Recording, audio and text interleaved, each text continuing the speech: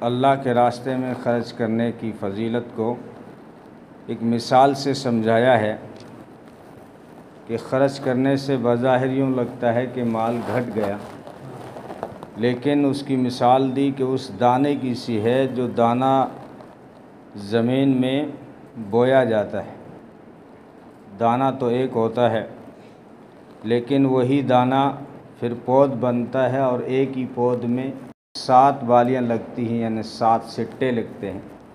हर सिट्टे में फिर 100 दाने होते हैं। इस तरह एक दाने से 700 दाने बन जाते हैं। तो यही अल्लाह के नाम पे ख़र्च करने की मिसाल है कि अगर अल्लाह के रास्ते में कि अगर कोई 1 रुपया ख़र्च करे तो अल्लाह फरमाते हैं एक के बदले में 700 वापस देंगे, और ये कम से कम मिक़दार है। वल्लाहु युज़ाइफ़ु लिमन यशा, अल्लाह बढ़ा देता है जिसके माल को चाहता है, जितना चाहता है उतना बढ़ा देता है। यानी उसकी नीयत पर और इखलास पर 700 कोई ज़रूरी नहीं है। 1 रुपये के बदले में अल्लाह ताला बढ़ाने पे आए तो बहुत ज़्यादा बढ़ा देता है। पिछली आयतों में एक बात चल रही थी कि मुर्दों को ज़िंदा करना, अल्लाह ताला कैसे मुर्दों को ज़िंदा करता है। तो उन आयतों से इस आयत का रब्त ये है कि तुम क्यों शक करते हो कि वो क़यामत के दिन ज़िंदा नहीं करेगा, बल्कि दाने को ही देख लो जो ज़मीन में दफन होता है। अब ज़मीन का मिजाज क्या है, बड़ी गर्म है।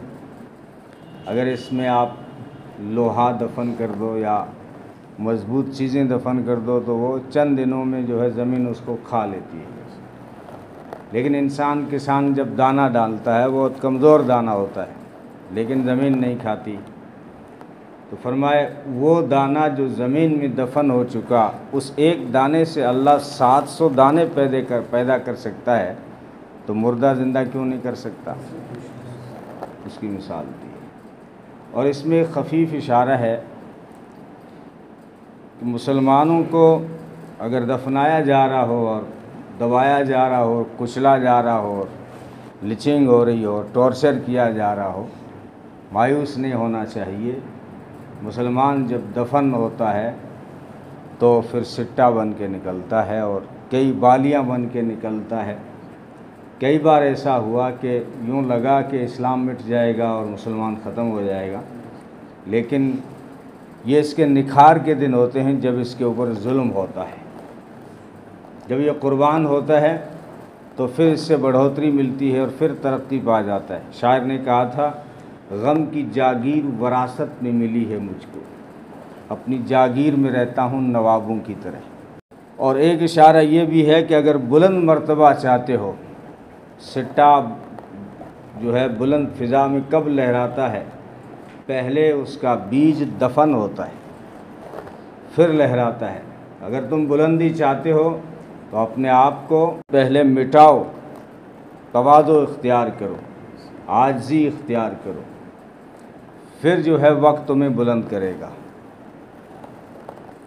ये भी अच्छी मिसाल दी। किसी ने कहा कि अगर बुलंद मर्तबा चाहता है, मिटा दे अपनी हस्ती को अगर कुछ मर्तबा चाहे, कि दाना खाक में मिलकर गुले गुलजार होता है। मिटा दो अपने आप को, खपा दो, गुमनाम कर दो, लेकिन जिस मिशन में हो उसमें लगे रहो।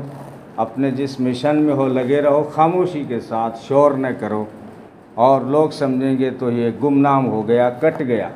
लेकिन तुम अपने मिशन में अगर खामोशी के साथ चलते रहोगे तो फिर तुम जो उस दाने की तरह पनपोगे। बड़ी बेहतरीन मिसाल दी है। लेकिन दाना उसी वक्त जो है सिट्टे निकालता है अगर वो दाना जो है सही सलामत हो। अगर दाना ख़राब हो तो नतीजा नहीं निकलता।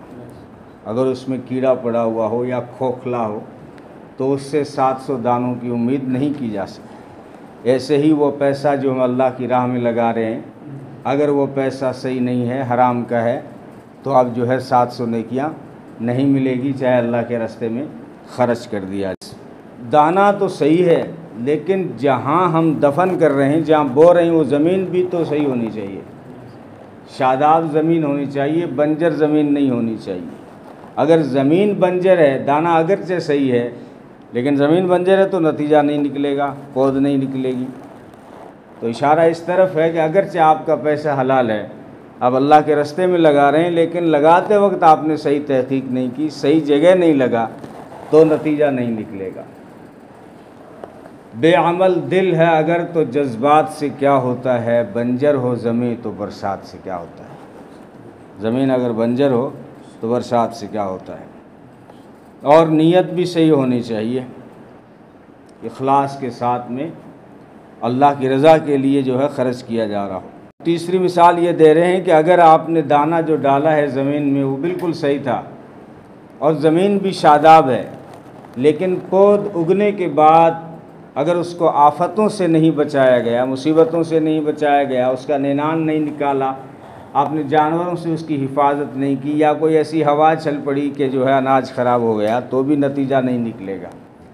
इशारा इस तरफ है कि अगर आपने हलाल पैसा बिल्कुल सही नीयत के साथ लगाया था, हलाल पैसा था, लगाया भी सही जगह आपने, लेकिन लगाने के बाद भी ख़राब हो सकता है। कुरान ये हमें समझाना चाहता है। वो कैसे कि अगर जिसको तुमने दिया है, अगर तुमने एहसान जताया या उसको तकलीफ़ दी किसी भी तरीके से, तो सारा सवाब बेकार हो जाएगा, सारा सवाब बेकार।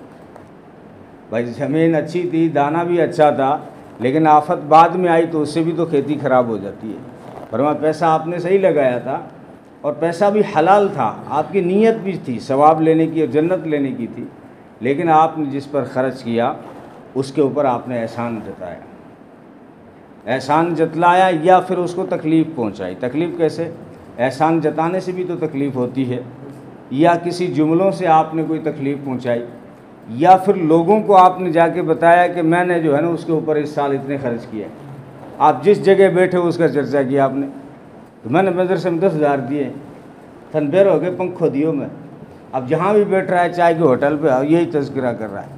अब यानी ये मिजाज जो है कैसे, जिसके ऊपर आपने ख़र्च किया है, यानी अगर किसी गरीब की आपने मदद की थी लेकिन जाके चर्चा कर रहे हैं तो उस गरीब को तकलीफ़ होगी कि इसने 500 रुपये दे के मेरी ऐसी तैसी करा ली, बेइज्जती करा दी।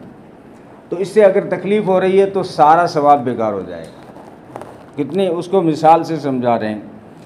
फरमाया जो ख़र्च करते हैं अपने माल को अल्लाह के रास्ते में और फिर ख़र्च करने के बाद एहसान नहीं जताते, तकलीफ़ नहीं देते, तो उनके लिए उनके रब के पास अजर है। वला खौफ़ुन अलैहिम वला हुम यहज़नून, न उनको कोई खौफ होगा न वो गमगीन होंगे। यानी इस तरह ख़र्च करने वालों को जो ख़र्च किया है उसका कोई खौफ नहीं है, हमने अल्लाह को उधार दिया है, वापस आएगा। वला हुम यहज़नून, और जो बच रहा है उसके बारे में भी गमगीन नहीं होते कि ख़र्च करने की वजह से जो माल बाकी है उसकी भी हिफाजत होती है। दूसरा मतलब यह है कि क़यामत के दिन उनको कोई खौफ नहीं होगा, उनका जो अजर है अगर दुनिया में नहीं मिला तो क़यामत के दिन अल्लाह ताला जो सदक़ात और खैरात किया था उसका बदला अता फ़रमाएंगे और उनको कोई गम नहीं होगा। यानी किसी और मुसीबत से जो है सदक़ात और खैरात बर्बाद नहीं होंगे। सदक़ात और खैरात बर्बाद होते हैं वो रियाकारी दिखाव से, एहसान जतलाने से और जिसके ऊपर ख़र्च किया उसको तकलीफ़ देने से। इन तीन चीज़ों के अलावा किसी और हवा से, किसी और मुसीबत से हमारा ख़र्च किया हुआ जो है बेकार नहीं होता, इसलिए उनको कोई गम नहीं होगा, कोई खौफ नहीं होगा। क़ौलुम मारूफ़ुन व मग़फ़िरतुन खैरुम मिन सदक़ा यतबअहु अज़ाब अल्लाहु गनियुन हलीम, नरम बात कहना और दरगुज़र करना उस सदक़े से बेहतर है जिसके बाद तकलीफ़ हो। अल्लाह ताला बेनियाज है और बर्दाश्त करने वाला, बुर्दबार है। यानी मांगने वाले से आपने नरम बात कर दी, यानी आपने नहीं दिया लेकिन बात नरम कर दी कि भाई साहब नहीं है मेरे पास, इस वक्त मेरी पोजीशन नहीं है, बाद में आ जाना, कभी होगा तो देख लेंगे। आपने उसको नरमी से टाला। क़ौलुम मारूफ़, नरम बात, व मग़फ़िरत, दरगुज़र कर दिया। कभी मांगने वाले भी पीछा छोड़ते नहीं हैं, तो आपको गुस्सा भी आ रहा है लेकिन आपने क्या है कि दरगुज़र किया, साइल जाने बख्श दिया। तो कुरान कह रहा है नरम बात करना और साइल की अंदाज से मिलने वाली तकलीफ़ों के ऊपर सब्र करना, उसको माफ़ कर देना, ये उस सदक़े से बेहतर है जिस सदक़े के बाद आपने तकलीफ़ दी हो। या एहसान जताया हो, यानी न देना देने वाले से भी बेहतर हो जाता है। उस सदक़े से बेहतर है जिस सदका देने के बाद आपने उसको तकलीफ़ दी हो या एहसान जताया हो। वल्लाहु गनिय्युन, अल्लाह बेनियाज है, तुम्हारे सदक़ात की उसको कोई ज़रूरत नहीं है, तुम्हारे खैरात की अल्लाह को कोई ज़रूरत नहीं है। इस तरह एहसान जताने की कोई ज़रूरत अल्लाह कहता नहीं है। हलीमुन भी है, अल्लाह बुर्दबार है कि एहसान जताने वाले को जो है सज़ा भी नहीं देता, ढील दे देता है। अल्लाह कितना बर्दाश्त करता है, एहसान जताने वाले की पकड़ नहीं करता, तकलीफ़ देने वाले की पकड़ नहीं करता। या अय्युहल्लज़ीना आमनू ला तुब्तिलू सदक़ातिकुम बिलमन्नि वल अज़ा, ए ईमान वालो अपने सदक़ात को बातिल मत करो एहसान जताने से और तकलीफ़ देने से। बार बार इस मज़मून को कुरान दोहरा रहा है, ताक़ीद के साथ कह रहा है, ईमान वालो सदक़ात खैरात निकालते हो और फिर एहसान जताकर या किसी को तकलीफ़ देकर अपने सदक़ात को बर्बाद मत करो।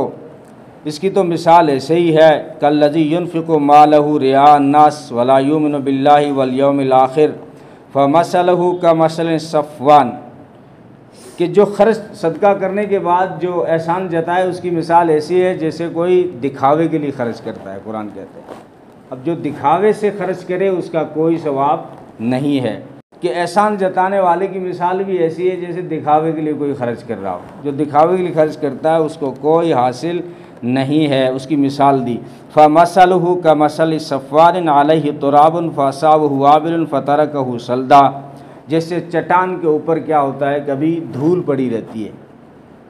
अब धूल पड़ी रहती हो, अगर कोई आदमी किसान देखे यार धूल साफ़ मिट्टी पड़ी हुई है, यहाँ मैं अपनी जो है बीज डाल दूँ, यहाँ खेती उगा दूँ, तो उसको धोखा लग जाए और बीज डाल दिया उसने वहाँ पे, हालांकि चट्टान थी, थोड़ी सी धूल थी, लेकिन उसने दाने डाल दिए और उम्मीदें कर रहा है कि 700 सिट्टे 700 बालियाँ निकलेंगी। अल्लाह फरमाएंगे एक बारिश आएगी तेज़ और ये चट्टान साफ़ हो जाएगी। फरमाया जो खर्च करने के बाद एहसान जता रहे हैं या तकलीफ़ दे रहे हैं या फिर दिखावे के लिए खर्च करने, उनकी मिसाल ऐसे ही है। लगता है कि जो है जैसे धूल पड़ी हुई है ना, लगता है लोगों को बड़ा खर्च करता है, बड़ा सखी है, हर मौके पर खर्च करता है, लेकिन जब वो क़यामत के मैदान में पहुँचेगा तो इसका नामा अमाल नेकियों से बिल्कुल चट्टान की तरह साफ़ होगा, कुछ भी नहीं होगा इसके पास। जिसने भी दिखावे के लिए जो नेक अमाल किया, नबी ने फरमाया मन सल्ला युराई फ़क़द अशरका, जिसने दिखावे के लिए नमाज़ पढ़ी उसने शिरक किया। वमन तसद्दक़ युराई फ़क़द अशरक, जिसने दिखावे के लिए सदका किया उसने शिरक किया। वमन साम युराई फ़क़द अशरक, जिसने दिखावे के लिए रोज़ा रखा उसने शिरक किया।